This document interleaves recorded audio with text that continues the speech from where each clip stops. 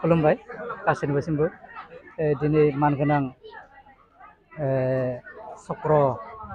खाख्लारिनि सेथि फिसाला गणेश खाख्लारि बिथाङा दहायनो बुंलांबाय बेसेबां बोसोर गाव इन्डियान आर्मियाव जइन जानानै दिनै गिदिंबोफिनबाय बिनि थाखाय दिनैनि जा गोजोन हाबाफारि जोंनि मायननगर दलं बस्तिया लाबाय बिथांनि जितु सुटियाव फैनाय बेखौ खोनानानै जों जोबोद गोजोनदों बेनिखायनो जोंनि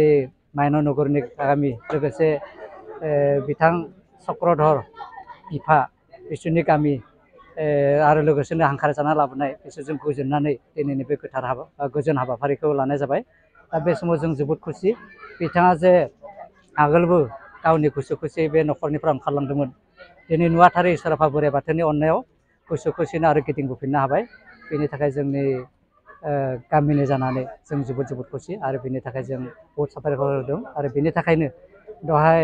गावनि अनसुलि बिसियाबो खुलुमनानै जे बोर बिखाना लाबाय जे गाव गैयै समाव जेसेबां बोसोर बाहेरायाव थाबाय बे समाव जेरैबायदि न'खर सामलायदोंमोन दा बिथांनि अनसुलि बिसिया दा बिथां गणेश खाख्लारिनिफ्राय बोर मोननो लुबैदों आरो दहाय बिथाङा बेखौ बिना लाखाबाय जेन बे थानाय समाव दा गावनि अनसुला फिसाय गणेश खाख्लारिनि बोर बान्साजों न'खरखौ आरो फिन आगोलनिफ्राय बांसिन गोगोम दैदेनना लांनो हागोन बेखौ बोर बिना लाबाय आरो जोंबो जोंनि गामि फालनिफ्राय लोगोसे मानगोनां गाहाय देउरि दं देवसि दं मानगोनां बिथाङाबो दङ दा जों जोंनि फालनिफ्रायबो बिथांनि जानानै रोजा साबायखर बावहरबाय आरो लोगोसे न'खरनिसिम जे इयुनाव गोजोन संसार गोजोनैनो जालांनो हाथों बेनि थाखाय जों नुवाथारि इसोर आफा बोराइ बाथौनिसिम जोबोद बाख्नाय हरनानै खुलुमनाय जासिहरनाय थाबाय।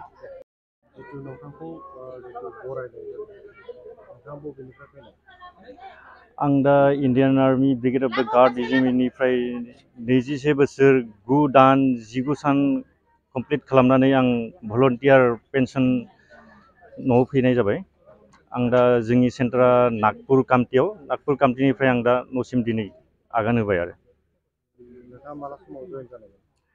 आं इण्डियान आर्मियाव एस ए जिडि सल्जार हिसाबै स्पर्ट्स कटायाव 2003 मायथाइनि 12 जुलाइआव जइन जादोंमोन इण्डियान आर्मियाव।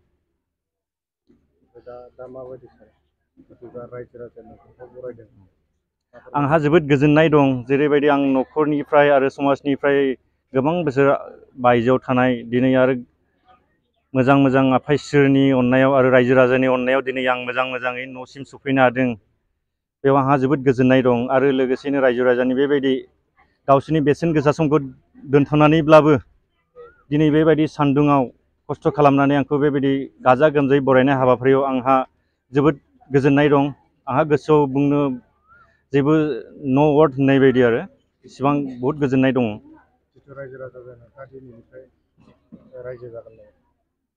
औ जों समाजारि जिबि हिसाबै जों रायजो राजानि खान्थि बायदि सोलिनांगोन सिगांथ' जों एज ए इण्डियान आर्मिनि रुल्सखौथ' बयबो मिथिखायो आर्मिनि रुल्सआ आदा समाजनि रुल्सआ बेलेग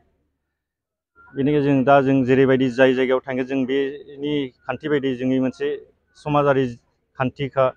बेबायदि गोरोबनानै सोलिना लांनांगोन। औ आं इण्डियान आर्मि ब्रिगेड अफ द गार्ड रेजिमेन्ट होनो बेयाव आं एज ए सल्जार आं स्पर्ट्समेन हिसाबै भर्ति जादोंमोन आरो